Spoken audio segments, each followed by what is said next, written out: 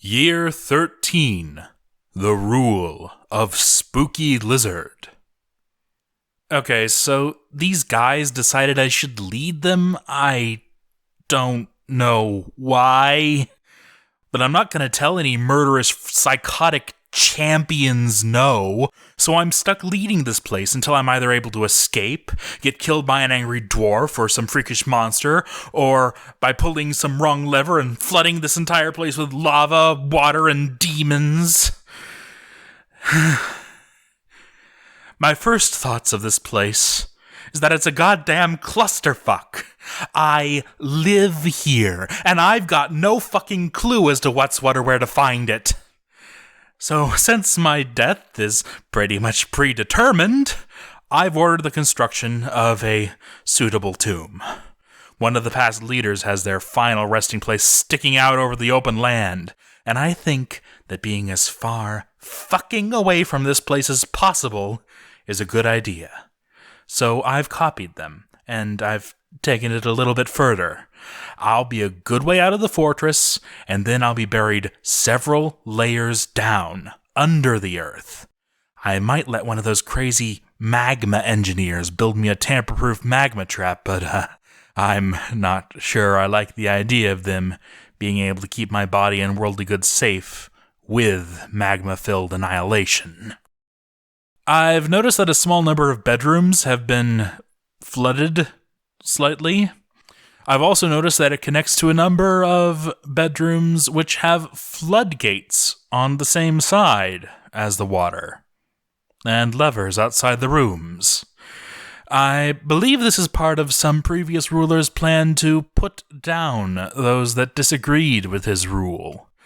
I'd use this to my own ends, but I worry that it was not properly constructed, and pulling any of the levers will lead to my death. So I'm going to install additional floodgates as a safety precaution. While designing my tomb, I found upon some old tunnels, and it looks like they were going to be used to access the old adamantine deposits. My first thought was to seal them, but I soon realized that they could be used to protect my tomb from thieves and vandals.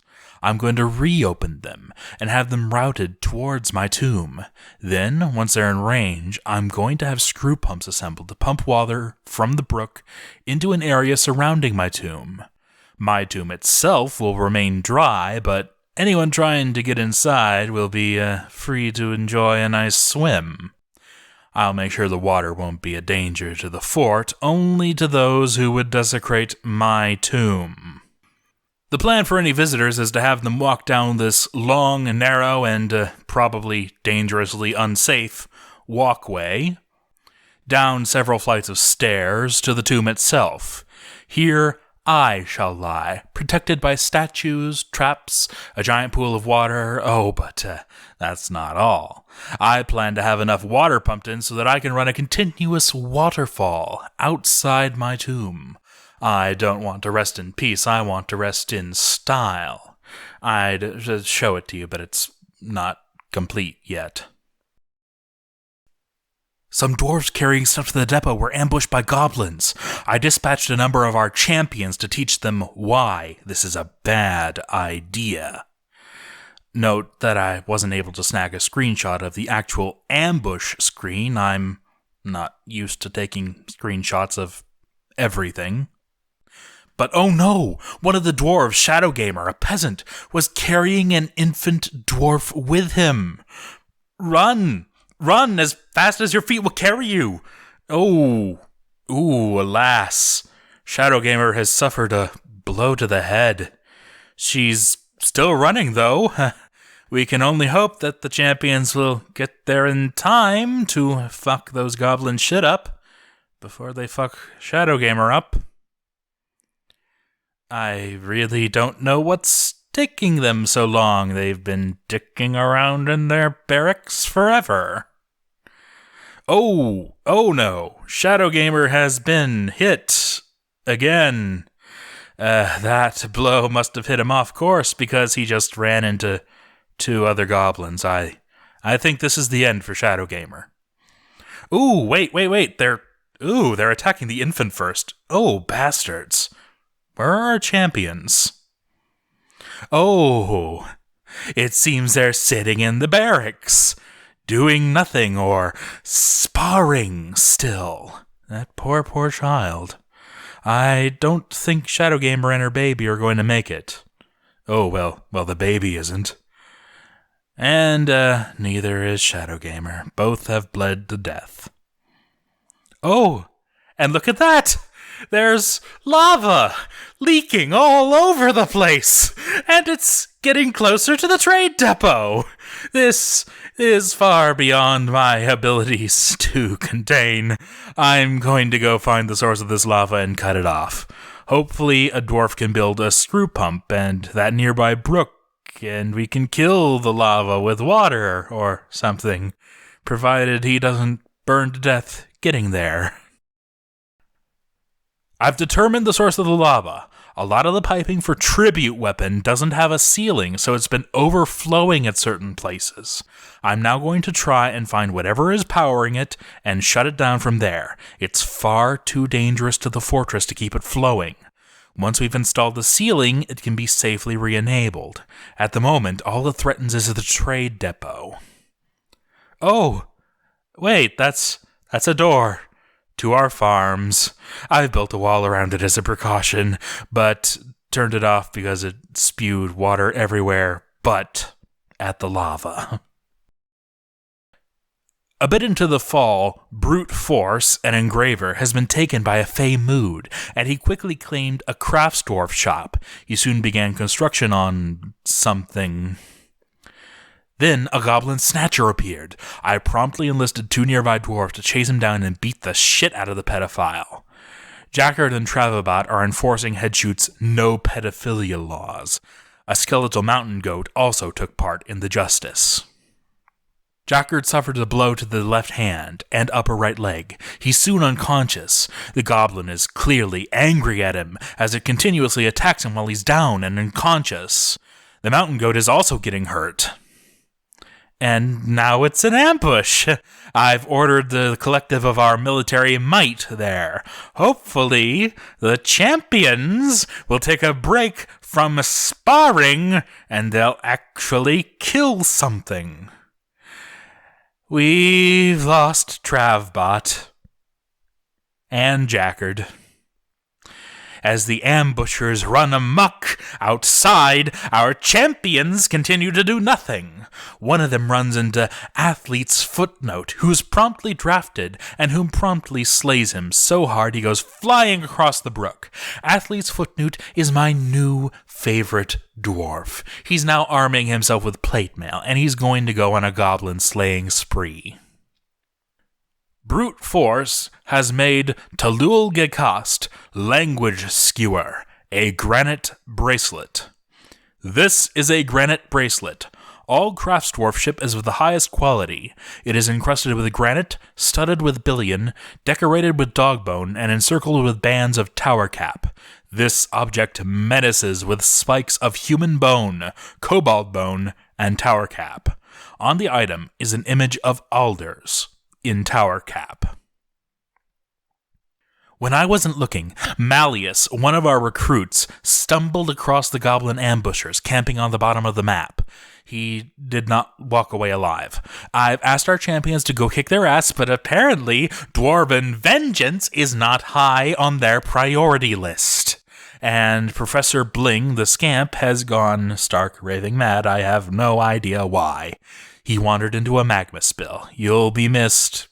Again, Bling. Bling was a child of Shadowgamer. Meanwhile, Frog II has started throwing a tantrum in his sleep. Why? Shadowgamer was his wife, and Professor Bling was his child, as was the other kid that died. He's also mad about there being no work, which is crazy talk, because there's a perfectly good tower where he could develop some masonry skills, huh? He continues to tantrum and calm down for quite some period of time. Helyaning Olintarmid, a bowyer, gave birth to a girl, and then to another one, and then we have a siege. Yay. Maybe the champions will fight now. Probably not, though. This would be an awesome time to utilize tribute weapon, but I don't know how. Professor Bling posted, "Fuck you, Dad! I hate you and want to die! Mom never loved you! You killed her!" If I managed to somehow leave it out, you died when you tantrumed into a pile of lava outside the front door. Frog threw a bunch of tantrums until he discovered mini forges or something. Meanwhile, Celeron takes this opportunity to take on the ambushers, who are still camping to the south. By the time I realize he's over here, there are 7 dead goblins. That most recent one is the one to the top left, whom I saw go flying. This motherfucker does not fuck around. Orange Soda is also slaying goblins like it's going out of style. You can see the wake of destruction he leaves as he chases down some other poor goblin. Poor, soon to be knocked across the map goblin. Oh, and he's also on quite a few other ones. Pictured, a corpse landing. Not pictured, holistic detective, other pieces of goblin. And that's that. I take back the mean things I said about the champions, until my tomb is finished. The rest of winter is quiet. No deaths, nothing special. One dwarf became a champion. Degel Seabricab has become a legendary champion. Hail, Degel Seabricab! Spring arrives. Several stories have been completed on my tower, and the plans for the waterfall are nearing completion, and will be implemented once the tower is finished. Vicon is taken by a fell mood, and shortly takes over a craftsdwarf's workshop. A diplomat from the elves also arrives. And so does their caravan. The diplomat is annoying and bothers me while I'm busy laying out production orders and telling them how to design my tomb. As such, I don't really listen to him and tell him we don't care about stupid trees. However, their timing is good, as I'm going to seize all their wood so I can use it for my windows and axles and screw pumps. Vikos has completed his mysterious construction. Behold, the wonder, Idarel, Rock Women, a Galena bracelet. All craftsdwarfship is of the highest quality. It's encrusted with galena and decorated with tower cap and cave spider silk. This object menaces with spikes of dog bone and silver. On the item is an image of an adamantine plate mail in granite. On the item is an image of a dwarf in galena. On the item is an image of rats in alder. On the item is an image of a diamond in catbone. On the item is an image of a many-pointed star in red beryl. After that, things have been pretty quiet. The majority of my tomb has been dug out, and once that's done, they'll work on digging out the waterways and building screw pumps while my tomb is smoothed, engraved, and filled with extremely precious valuables. All's quiet on the western front, and... wait. What's that? The dragon, Raul Rabvush Sarvesh Fash, has come. Oh, goody, something else for our champions to punch across the map. I call all of them on duty and send them at the dragon. Holistic Detective Squad was closest, having been overseeing the robbing of the elves. They'll probably be the first to arrive. However, the dragon is headed towards the windmill farm at Tribute, and now he's sitting at the stairwell, and now he's inside the farm. Where the hell are you, champions? Oh no, not Basalt Gear Assembly! That was my favorite gear assembly! Thankfully, it's not one of the active ones, therefore it has not interfered with the running of Tribute. Ooh, spoke too soon. Down it goes. He is causing some serious destruction. The appropriate windmills on the floor above have also been smashed. Come on, Holistic, show this scaly bitch what we do to people who fuck with our magma-filled doomsday machines.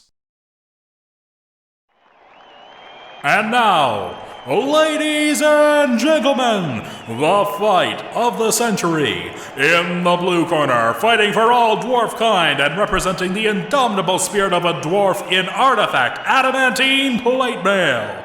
The one, the only, Holistic Detective!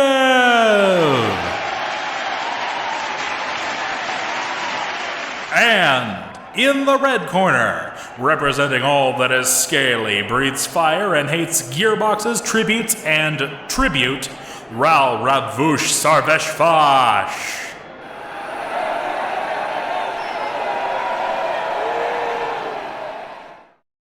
Holistic swings his battle axe and hits Rawl, stunning him right off the bat. That doesn't stop Holistic, though. He continues to pummel the dragon, breaking the head and nose, leaving Rawl in pain, winded, and nauseous. I wouldn't be surprised if this whole room was covered in dragon blood and vomit before this fight is over, folks. 2 more hit, and he's wounded Rawl's lower body and left rear leg, causing him extreme pain. The dragon has yet to lay a claw on Holistic Detective. And before I can finish that sentence, Holistic Detective has slain the dragon! All hail Holistic Detective! I've already ordered the damage to tribute weapon to be repaired. Thankfully, Ral did not completely destroy them. He just knocked them down to their base components. Since tribute weapon has not been getting refilled, it's been running dry. I'm debating just letting it run completely dry and patching it up so it won't overflow and kill the trade depot again. We've got some migrants, more laborers to finish my tower and tomb. Now it's summer. I've drafted a large number of dwarves into masonry to help finish my tower and tomb quicker. Should I fail to complete my tower in the rest of my turn, I've left a few notes scattered around the tower and the area I intended to have water pumped in through.